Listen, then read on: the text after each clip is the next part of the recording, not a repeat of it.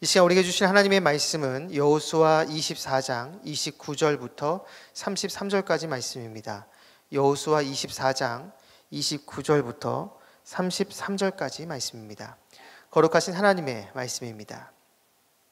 이 일 후에 여호와의 종 눈의 아들 여호수아가 110세의 죽음에 그들이 그를 그의 기업의 경내 딥낫세라에 장사하였으니 딥낫세라는 여호와의 산지 가하스산 북쪽이었더라. 이스라엘이 여호수아가 사는 날 동안과 여호수아 뒤에 생존한 장로들 곧 여호와께서 이스라엘을 위하여 행하신 그 모든 일을 아는 자들이 사는 날 동안 여호와를 섬겼더라.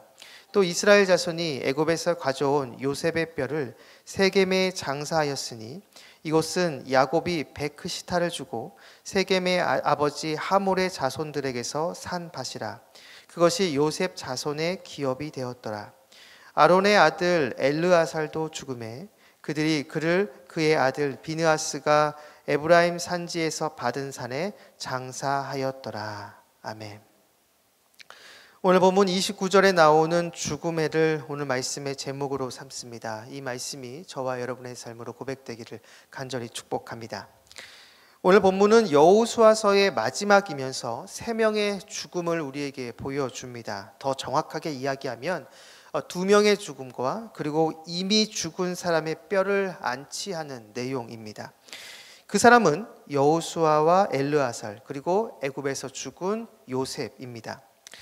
본문을 묵상하면서 오늘 본문이 여호수아서의 마지막이기도 하지만 이스라엘의 하나님이 어떠한 분이신지 그리고 그 하나님 앞에서 이스라엘은 어떠한 자세와 모습이 있어야 하는지를 보여준다라고 생각을 했습니다. 그래서 오늘은 그것을 여러분과 함께 나눠볼까 하는데요. 먼저 여호수아와 엘르아살의 죽음입니다. 여호수아는 이스라엘의 지도자이고 엘르아살은 제사장으로 종교 지도자입니다. 이 두 사람은 이스라엘의 실질적인 최고 지도자라 할 수 있습니다. 이 두 사람의 죽음으로 이 여호수아서는 마무리가 되고 그들이 묻힌 곳은 바로 자신들이 받은 땅에 묻힙니다. 이것을 통해서 여호수아서는 이스라엘이 확실히 가나안 땅을 분배받고 그 땅을 소유했음을 우리에게 보여줍니다. 정복전쟁을 진두지휘한 이 최고 지도자가 죽은 후 그 시신을 가나안 땅에 묻음으로 이 정복전쟁이 마무리됐고 이스라엘은 그들이 그토록 원했던 이 가나안 땅을 가지게 됐음을 우리에게 보여주고 있는 것이죠. 아직 적들이 완강하게 출현하는 곳에 자신들의 최고 지도자의 시신을 묻을 수 없기 때문입니다. 모든 곳에 안식과 평안이 있기 때문에 바로 그 가나안 땅에 자신들의 지도자의 시신을 묻을 수 있는 것이죠. 이것은 동시에 하나님의 말씀이 결국 성취됐음을 우리에게 보여주는 것입니다. 하나님께서 아브라함을 처음 부르시고 두 가지 약속을 하셨습니다. 바로 아브라함의 후손들이 많아질 것이고 그리고 그 아브라함에게 바로 이 가나안 땅을 주겠다라는 약속입니다. 이 약속은 아쉽게도 아브라함이 살아 생전에 이루어지지 않습니다. 아브라함의 후손, 아브라함의 자손들이 많아지는 것은 요셉을 통해 애굽에서 실현이 되고 그리고 그 가나안 땅은 여호수아를 통해 오늘 우리가 살펴본 것처럼 한참 후에 성취가 되죠. 사랑하는 여러분, 하나님께서 여러분에게 주신 말씀들에 대한 그 응답의 타이밍은 내가 결정하는 것이 아닙니다. 내 생각에는 지금 당장 여기에서 하나님께서 나에게 말씀해 주시고 나의 기도 제목에 응답해 주셨으면 좋겠는데 사실 대부분의 경우가 그렇지 않습니다. 지금까지 신앙생활을 해오면서 우리가 경험하는 것을 통해서도 잘 알 수 있듯이 하나님께서는 분명 우리의 기도를 들으시고 우리에게 말씀하시지만 그 모든 것이 성취되고 응답되는 그 타이밍은 내가 결정하는 것이 아니라 바로 하나님께서 결정하십니다. 우리는 아브라함처럼 묵묵히 그냥 기다리는 것이죠. 설사 그것이 내 살아 생전에 응답되고 이루어지지 않는다 할지라도 우리는 신실하게 그 주님을 신뢰하며 바라보면 결국 하나님께서 이루시고 성취해 주신다라는 것입니다. 우리 하나님은 신실하신 분이십니다. 그리고 자신의 자녀들이 간절히 기도하고 간구하는 것을 절대로 외면하시는 분이 아니십니다. 그분은 우리에게 자신의 음성을 들려주시는 분이시고 자신이 하신 그 말씀을 반드시 이루고 성취하는 분이십니다. 성경이 증언하고 또 증언하는 그 하나님이 바로 이러한 하나님이시죠. 오늘 본문도 이러한 자신의 약속을 결국에는 성취하고 이루시는 하나님을 다시 한번 보여주십니다. 실언치 아니하시고 자신의 백성, 자신의 자녀들을 돌보시는 신실하시고 자비로우신 그 하나님을 우리는 오늘 본문을 통해서 다시 한번 확인할 수 있는 것이죠. 이 하나님이 우리들의 하나님이시고 바로 나의 주님이십니다. 나에게 주신 그 말씀과 내가 주님께 올려드린 그 많은 기도 제목들, 지금 당장 어떠한 변화도 없다 할지라도 내가 하나님께 올려드렸던 그 모든 기도 제목들을 하나님은 분명히 들으셨고 주님께서는 바로 자신의 때, 자신의 방법으로 신실하게 우리에게 응답해 주실 것입니다. 우리는 그 신실하신 주님을 더 의지하며 바라보며 나아가는 것이죠. 그 신실하신 주님과 동행하며 그분만을 온전히 바라보는 저와 여러분, 우리 모두가 되기를 주님의 이름으로 축복합니다. 본문은 또 한 사람의 죽음을 보여주는데 앞에서도 제가 말씀드렸듯이 정확하게 이야기하면 이미 죽은 사람의 뼈를 다시 안치하는 것입니다. 그 사람은 우리가 잘 아는 요셉입니다. 요셉은 개인의 삶을 통해 하나님의 인도하심을 경험했지만 그의 삶 전체를 통해 하나님은 이스라엘을 인도하셨습니다. 요셉을 통해 하나님의 약속, 자손이 많아지는 것, 땅의 약속, 땅을 갖게 되는 것, 그 모든 것이 실현되는 그 토대를 놓은 그 인물이 바로 요셉이기 때문입니다. 본문은 요셉의 뼈를 이스라엘 백성들이 세겜에 장사했다라고 말합니다. 이것은 과거 요셉이 애굽에서 죽을 때 자신의 뼈를 가지고 가나안 땅으로 가라라고 한 그 유언 때문입니다. 요셉도 애굽이 이스라엘 민족이 영원히 거할 곳이 아님을 알았고 자신도 그 가나안 땅에 가야 함을 알고 있었던 것이죠. 이렇게 함으로 창세기의 족장들 아브라함, 이삭, 야곱 그리고 마지막 요셉까지 모두 가나안 땅에 묻히게 됩니다. 그런데 저는 오늘 본문을 묵상하면서 요셉이 묻힌 곳, 이 세겜이라는 장소에 좀 주목하고자 합니다.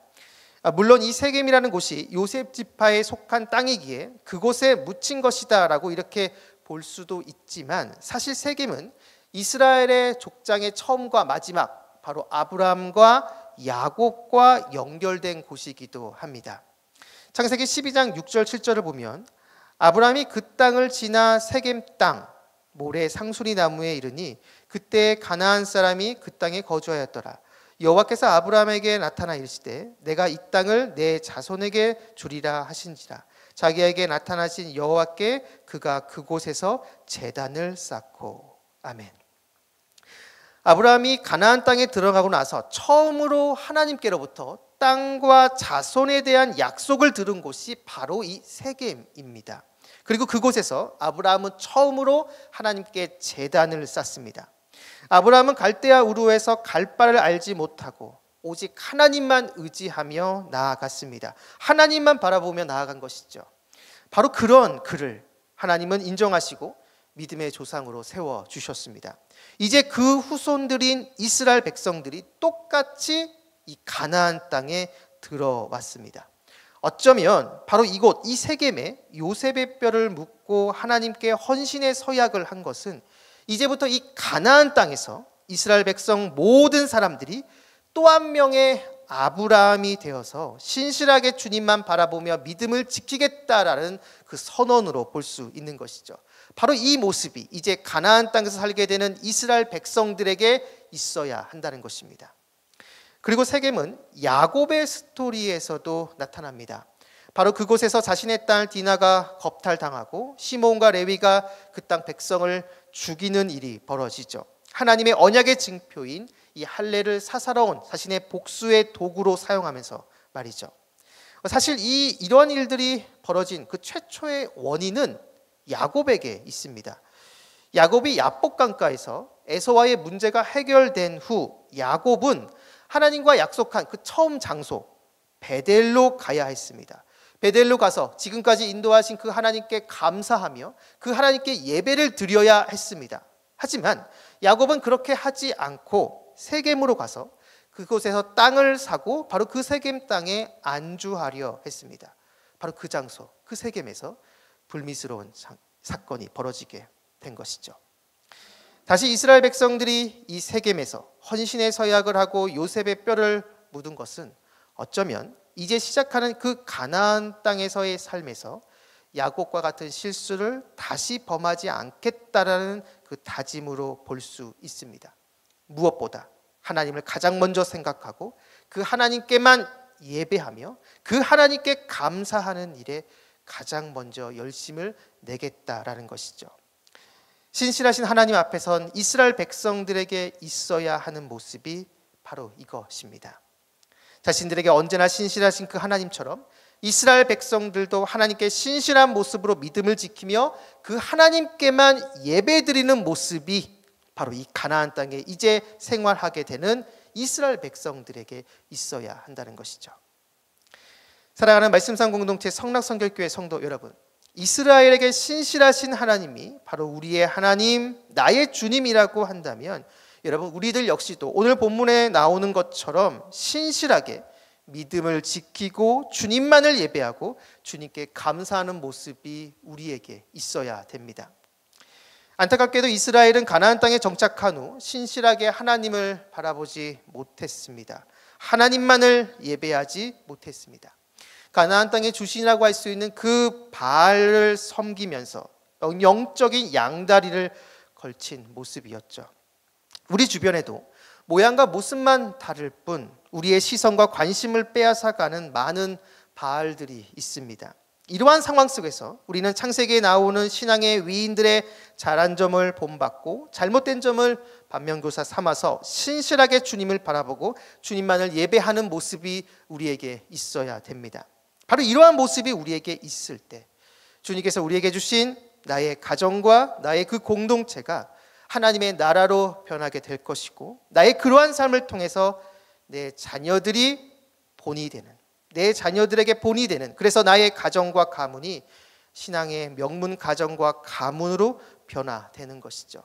바로 이러한 은혜가 이곳에 있는 저와 여러분 우리 모두에게 함께하기를 주님의 이름으로 축원합니다. 기도하겠습니다. 사랑이 많으신 아버지 하나님, 오늘도 우리에게 말씀을 붙잡고 기도하게 해주심을 진심으로 감사드립니다. 신실하신 주님을 동일하게 신실하게 바라보는 저희들이 되게 하여 주시고 어느 곳에 있든지 주님만을 예배하며 주님께 감사하는 진정한 예배자로 세워질 수 있도록 인도하여 주옵소서. 그래서 나의 믿음과 신앙이 내 자녀들, 내 후손들에게 전해질 수 있도록 인도하여 주옵소서. 오늘 하루의 첫 시작입니다. 오늘 하루 동안 우리 모든 성도님들과 함께 해주셔서 길의 위험과 사람의 위험과 여러 환경의 위험에서 지켜주시고 무엇보다 우리 마음속에 우리를 끊임없이 유혹하는 음란과 거짓과 교만과 시기와 탐욕의 유혹에서 우리를 건져 주옵소서. 감사드리며 예수님의 이름으로 기도드립니다. 아멘. 공동기도문입니다. 지금 들은 말씀이 내 삶으로 이어지게 하옵소서. 또 다른 희년 3년의 복이 각 가정마다, 각 부서마다, 각 공동체마다 풍성하게 임하게 하옵소서. 동네 샘의줄 말씀 묵상과 7인 소그룹 사역을 축복하시고 말씀이 삶이 되는 공동체로 성장하게 하옵소서. 여름 사역과 해외 선교 사역을 축복해 주시고 말씀 안에서 은혜 받는 시간이 되게 하옵소서. 몸과 마음이 아픈 이들, 믿음이 연약하여 흔들리는 이들을 붙잡아 주셔서 주님의 은혜와 사랑을 경험하게 하옵소서. 이 시간 함께 나눈 공동 기도문과 각자 가지고 나온 개인의 기도 제목을 놓고 기도하신 후에 삶의 자리로 나아가도록 하겠습니다. 기도하시겠습니다.